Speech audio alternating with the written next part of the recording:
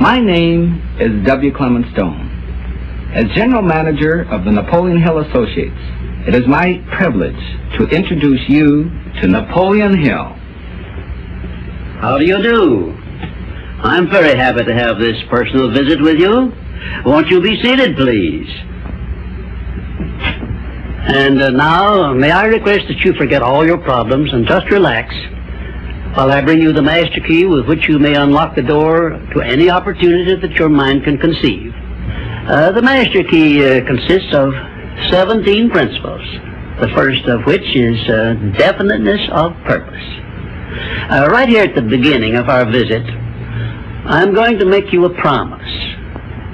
If you will decide definitely what you want most during your entire lifetime and write it down on paper so that I can read it, I will give you the master key with which you may open the door to the attainment of your desires, whatever they may be. The exact moment when I will deliver this master key to you will depend entirely upon when you are ready to receive it. This is the first of 13 messages that I will deliver to you. Now, in each message, I will describe the master key in terms that you will understand, if you are ready to understand. And now I shall give you the first cue as to the nature of the great master key which has been responsible for all the great successes in every calling, in every part of the world. Please listen carefully to what I have to say, because you may discover the secret of the master key in this first visit. You may get your first cue as to the nature of the great master key when I tell you that psychologists have discovered a natural law which is the very foundation of all personal successes. And I can describe it to you in one short sentence so you can understand it. Whatever the mind can conceive and believe, the mind can achieve. Isn't that a profound statement? You will notice that it says nothing about the need for education, but simply that whatever your mind can conceive and believe, your mind can achieve. Now, if you want evidence that the mind can achieve whatever the mind can conceive without the benefit of formal education, you only have to remember that Thomas A. Edison conceived the idea of becoming an inventor and lived to become the world's greatest scientist in the field of invention with only 3 months of common school education. When I first heard Andrew Carnegie describe this natural law which makes it possible for you and I and everyone else to write his own price tag in life and attain it, I became so enthused over it that I began to search for the power back of it, and my curiosity led me finally to the discovery of the master key, which I shall reveal to you if you are ready to receive it. My search led me to the study of the spiritual forces with which all of us are blessed.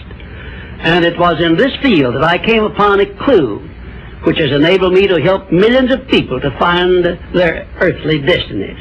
I want to describe my discovery in the simplest terms possible, because it will reveal to you why it is true that whatever the mind can conceive and believe, the mind can achieve, regardless of how many times you may have failed in the past or how lofty your aims and hopes may be.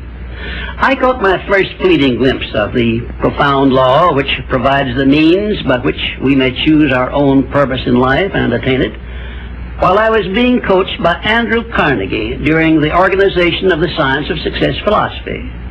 I had just finished telling Mr. Carnegie that I feared he had chosen the wrong person to give the world the first practical philosophy of personal success because of my youth, my lack of education, and my lack of finances.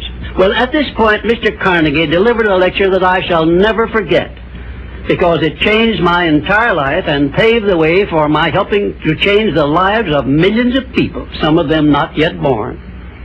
Let me call your attention to a great power which is under your control, said Mr. Carnegie, a power which is greater than poverty, greater than the lack of education, greater than all of your fears and superstitions combined. It is the power to take possession of your own mind and direct it to whatever ends you may desire. This profound power, Mr. Carnegie continued, is the gift of the Creator, and it must have been considered the greatest of all of his gifts to man, because it is the only thing over which man has the complete and unchallengeable right of control and direction.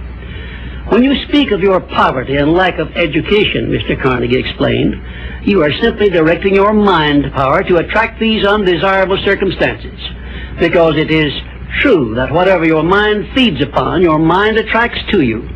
Now you see why it is important that you recognize that all success begins with definiteness of purpose, with a clear picture in your mind of precisely what you want from life.